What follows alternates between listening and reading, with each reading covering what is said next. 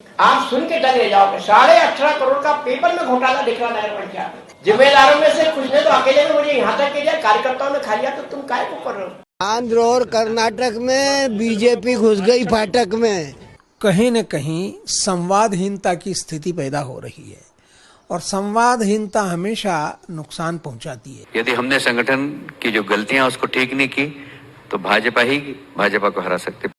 अरे बाप रे, बयानों के बम एक के बाद एक फट रहे हैं, वो भी उस पार्टी के दिग्गजों के द्वारा जिसमें अनुशासन पहली शर्त होता है। भारतीय जनता पार्टी, जिसके बारे में कहा जाता है पार्टी विद डिफरेंस, जहां पर संगठन सर्वोपरि और अनुशासन पहली शर्त, पहली प्राथमिकता, वहां पर बीजेपी के दिग्गज लगातार पार्टी के संगठन और सत्तात्मक ढांचे को कटघरे में खड़ा कर रहे हैं, आलोचना कर रहे हैं। लेकिन उसके बावजूद आला कमान, या यूं कहें कि पार्टी सत्ते में है और ये नेता इतने मुखर हैं, तो क्यों है, ऐसा क्यों हो रहा है? दरअसल सियासत में जो कुछ भी होता है उसकी पृष्ठभूमि काफी पहले रची जाती है। तो वर्तमान में बीजेपी का के नेतृत्व में की हम बात करें या बीजेपी के संगठन की बात करें, बीजेपी के नेता इस तरीके से मुखर हो रहे हैं पार्टी के खिलाफ, तो क्यों हो रहे हैं? कुछ देर और आप हमारे साथ बने रहेंगे तो हम अच्छे से समझ पाएंगे, आपको अच्छे से बता पाएंगे कि ऐसा क्यों हो रहा है। इसकी पड़ताल गहराई से करेंगे, लेकिन उससे पहले गुजारिश है, बहुत बेबाकी से अपनी बात रखते हैं, हमें तत्काल सब्सक्राइब करें, लाइक करें, बेल आइकन को जरूर प्रेस करें ताकि जब भी कोई नई खबर या सियासी विश्लेषण लेकर हम आप तक पहुंचे तो सूचना पहुंच जाए। भारतीय जनता पार्टी एक कैडर बेस्ड पार्टी कही जाती है, संगठन सर्वोपरि। 2018 की जरा बात सोचिए। 2018 में पार्टी चुनाव हारती है, कमलनाथ सरकार बनती है, लेकिन उसके बाद कमलनाथ सरकार चल रही होती है, बीजेपी विपक्ष में रहती है। लेकिन उसी दरमियान लगभग 5 मार्च, जी हाँ 5 मार्च 2020 की बात होती है। भोपाल से एक चार्टर प्लेन उड़ता है, कुछ विधायक उसमें उड़ जाते हैं, सिंधिया समर्थक विधायक। बाद में सब विधायक मिलाकर 28 सीटों पर उपचुनाव होते हैं, कमलनाथ सरकार गिर जाती है, शिवराज सरकार बैठ जाती है। लेकिन जरा सोचिए, 28 सीटों पर, जहां पर कुछ महीने पहले यानी 15 महीने पहले, 18 महीने पहले ही आप बीजेपी का जो व्यक्ति चुनाव हारा था, जिस व्यक्ति के सामने, वहां पर वो व्यक्ति यानी सिंधिया समर्थक हो या कांग्रेस का विधायक भारतीय जनता पार्टी के टिकट पर चुनाव में उतरता है। याद कीजिए, उस वक्त तो चूंकि उपचुनाव थे, जो बीजेपी का उम्मीदवार ताजा हारा हुआ था, तब उसे कैसे तो भी समझा दिया जाता है। आला कमान का प्रेशर होता है कि सरकार बनानी है, सरकार बचानी है, तब तो मन महसूस कर रह जाता है। लेकिन क्या अब कोई मन महसूस कर रहेगा? कोई दीपक जोशी, कोई भंवर सिंह शेखावत, कोई जयंत मलैया, सिद्धार्थ मलैया, कोई गौरीशंकर शेजवार, मुदित शेजवार, ऐसे फहरिस्त काफी लंबी है। तब की बात थी, उपचुनाव का मसला था, तब सरकार का भविष्य था। अब सबके लिए स्वयं का सियासी भविष्य दांव पर है।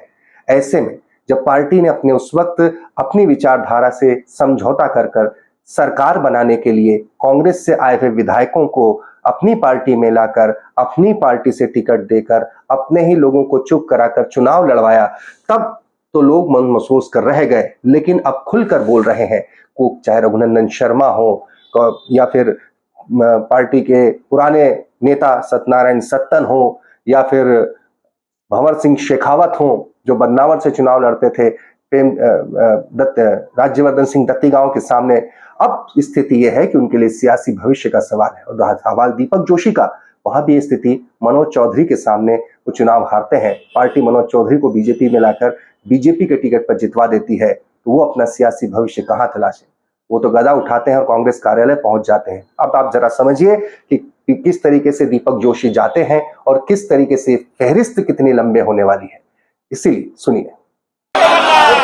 जाने के बाद माननीय मुख्यमंत्री जी तो है ही, लेकिन दिग्विजय सिंह जी, अरुण भैया, क्योंकि बागी से सांसद है, अरुण यादव जी, राहुल भैया, उनका हमारा भले ही एक मामले में मतभेद रहा हो, लेकिन हमेशा हालचाल पूछते रहे। गौरी सिंह जी का फोन आता था, लेकिन भाजपा वाले किसी का फोन नहीं आता था, वो लगता हमको भूल गए थे। मेरी पत्नी कोरोना से पीड़ित हुई, कल उसकी पुण्यतिथि थी, और आपको पता है कोरोना में कैसा माहौल था। हमको कहा गया कि तत्काल इनको इंदौर के किसी बड़े अस्पताल में भर्ती करवाओ, लेकिन कलेक्टर देवास को और प्रशासन को ये आदेश दिया गया था कि दीपक जोशी अगर कोई बात करे तो उसे सुनना नहीं। ये माननीय शिवराज सिंह चौहान के निर्देश थे, उस निर्देश के कारण मेरी पत्नी को एम्बुलेंस नहीं मिली और आज वो मेरा साथ छोड़ के चली। माननीय कमलनाथ जी से एक निवेदन जरूर करना चाहूंगा कि बागली जोशी जी की कर्मभूमि रही और लंबे समय तक वहां काम किया। और मैं तो कहता हूं बागली एकमात्र ऐसी सीट होगी दुनिया में जिसमें ईमानदारी को, लेकिन उस बागली में भ्रष्टाचार की ऐसी वेतरनी चल रही है कि आप सुन के डर जाओगे। 18.5 करोड़ का पेपर में घोटाला दिख रहा नगर पंचायत। 2 साल से हम जिम्मेदारों को कह रहे हैं कि भैया घोटाला हुआ, घोटाला हुआ, घोटाला हुआ। जिम्मेदारों में से कुछ ने तो अकेले में मुझे यहाँ तक किया, कार्यकर्ताओं ने खा लिया, तो तुम काय को कर रहे हो? आंध्र और कर्नाटक में बीजेपी घुस गई फाटक में। नहीं, वो कह रहे मुस्लिमों को आरक्षण देंगे। और मैं एक ही बात कहता हूँ, आंध्र और कर्नाटक में बीजेपी घुस गई फाटक में। अब इस फाटक में घुसी हुई बीजेपी का क्या दृश्य होगा वो देखना, आप पत्रकार हो। अब मैंने सुना है कि यहाँ 5-5 प्रभारी हैं इस प्रदेश में। अब 5 पतियों की द्रौपदी की जैसी दुर्दशा हुई वैसा हो रहा है। ये 5 प्रभारी भी कोई प्रभावशाली ढंग से संगठन चला रहे हों ऐसा दिखता नहीं है। और इसके कारण कहीं न कहीं संवादहीनता की स्थिति पैदा हो रही है और संवादहीनता हमेशा नुकसान पहुंचाती है। नहीं, सिंधिया समर्थकों के बारे में देखिए, आए हैं तो उनका स्वागत किया लोगों ने, और इतना ही नहीं स्वागत किया, उनको पार्टी में लाके पार्टी के कार्यकर्ताओं ने जिताया भी। लेकिन उसके बाद जो स्थितियां बनी है पार्टी के अंदर, वो मन को पीड़ा देने वाली और दुख देने वाली हैं।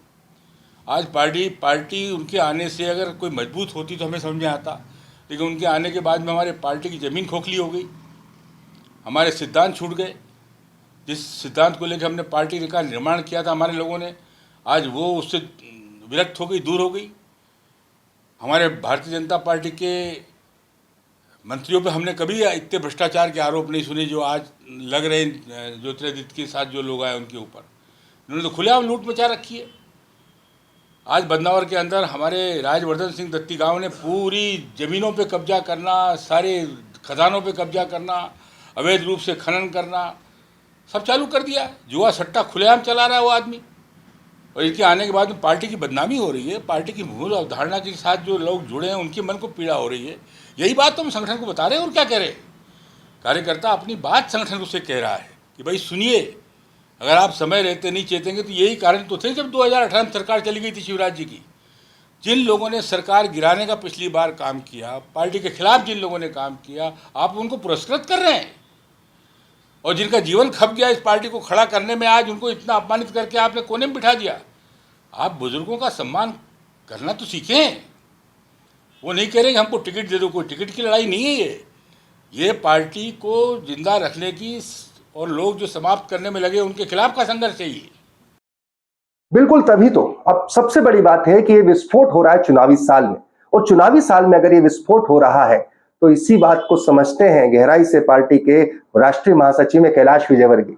एक न्यूज चैनल का कार्यक्रम था, कह ही गए बातों बातों में कि बीजेपी को बीजेपी से ही खतरा है। मुझे कहने में कोई संकोच नहीं कि आज की तारीख में मध्य प्रदेश में भारतीय जनता पार्टी को कांग्रेस नहीं हरा सकती। कांग्रेस में दम नहीं। हाँ, यदि हमने संगठन की जो गलतियां उसको ठीक नहीं की तो भाजपा को हरा सकते, पर कांग्रेस में दम नहीं। हमारी ताकत इतनी है। तो ये बात सही कि कुछ कमियां हैं, पर हम उसको ठीक कर रहे हैं। तो सवाल चुनावी साल का है, और चुनावी साल में दीपक जोशी जिस तरीके से कांग्रेस ज्वाइन करते हैं, जिस तरीके से सत्यनारायण सत्तन कहते हैं पार्टी घुस गई फाटक में, जिस तरीके से रघुनंदन शर्मा पार्टी को पांचाली करार दे रहे हैं, बात यहां पर सवाल किसी एक दीपक जोशी की नहीं, किसी एक सत्यनारायण सत्तन की नहीं, एक भंवर सिंह शेखावत की नहीं। सवाल यहां पर यह है कि ऐसी फहरिस्त बहुत लंबी है जिसे अब बीजेपी के आला कमान के वादों पर भी एतबार नहीं, क्योंकि अब की बार ऐसा यह भी देखने में आया है कि जिस तरीके से दीपक जोशी को समझाने की कोशिश की गई लेकिन वो समझे नहीं। पहली बार है कि बीजेपी आला कमान लगातार समझाने में, मान मनोबल करने में भी नाकामयाब हो रहा है। तो चुनावी साल में पार्टी विद डिफरेंस के लिए ये अच्छे संकेत नहीं है। सरकार तब खुद ये बताता है कि जब इस तरीके के समझौतों से सरकार बनती है तो आप लाख दावे करें, लेकिन संगठन इससे टूटता जरूर है। तमाम सियासी विश्लेषण के लिए जुड़े रहें दी लपेटा के साथ।